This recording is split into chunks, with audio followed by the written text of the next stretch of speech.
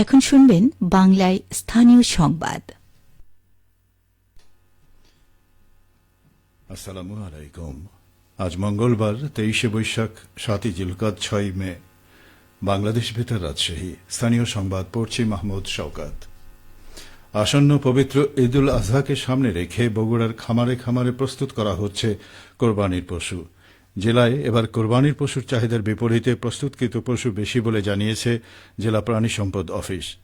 জেলা প্রাণী সম্পদ অফিস বগুড়া সূত্রে জানা গেছে, এবারের কোরবানির জন্য জেলার মোট ৫১,১৪৬ জন খামারি তাদের পশু প্রস্তুত করেছেন, যা গত বছরের তুলনায় ২,৬৯৩ জন বেশি।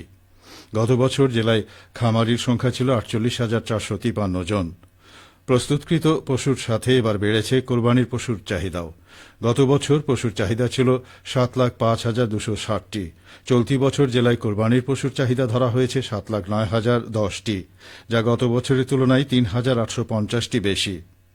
বগুড়ায় এবার চাহিদার তুলনায় কোরবানির পশু উদ্বৃত্ত রয়েছে ৩৮,৪৩২টি।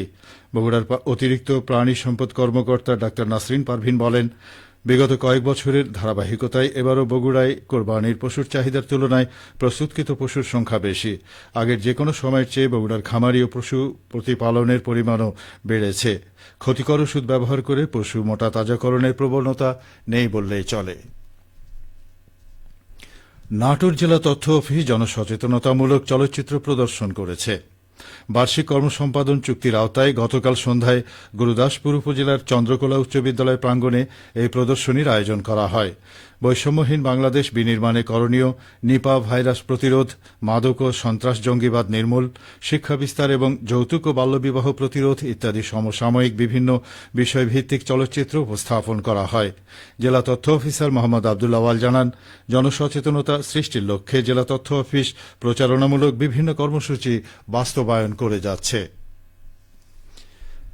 25শে বৈশাখ বিশ্বকবি রবীন্দ্রনাথ ঠাকুরের জন্মজয়ন্তী উপলক্ষে সংস্কৃতি মন্ত্রণালয় ও নওগাঁ জেলা প্রশাসনের আয়োজনে প্রতিশ্বরে বর্ণিল আয়োজন করা হচ্ছে।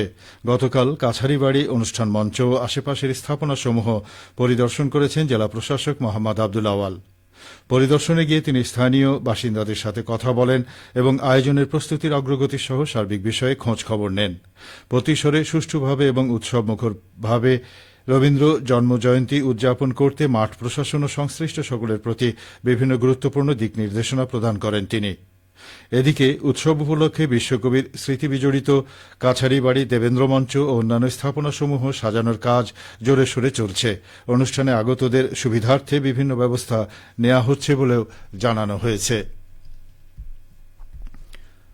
বগুড়ার আদমদিঘির শ্যালোচালিত ড্রেজার মেশিন দিয়ে নাগর নদের তলদেশের গভীরে খনন করে অবৈধভাবে বালু উত্তোলন করে বিক্রির সময় ৬,০০০ সিএফটি বালু জব্দ করা হয়েছে।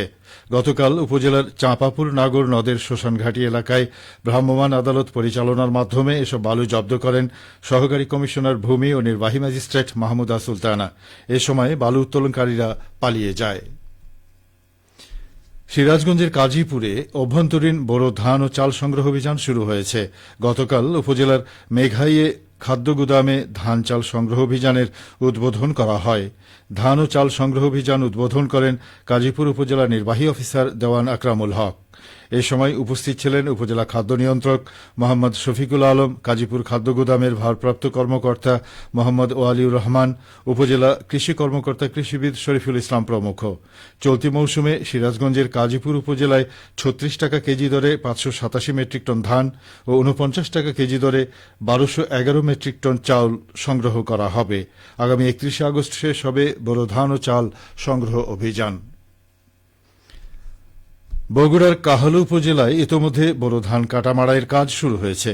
আবহাওয়া অনুকূলে থাকায় চলতি মৌসুমের বাম্পার ফলনে চাষিরা খুশি। উপজেলা কৃষি অফিসের পক্ষ থেকে মাঠ পর্যায়ে চাষিদের সাথে উঠোন বৈঠক করে পরামর্শ দেওয়া হচ্ছে। উপজেলা কৃষি অফিস সূত্রে জানা গেছে, চলতি মৌসুমে মোট ১৮,১৫০ হেক্টর জমিতে বিভিন্ন জাতের বোরো ধান লাগানো হয়। এর মধ্যে মাত্র ৫৮২ হেক্টর জমিতে হাইব্রিড ধান লাগানো হয়। বাকি ১৭,৫৬৮ হেক্টর জমিতেই উপসি জাতের ধান লাগানো হয়।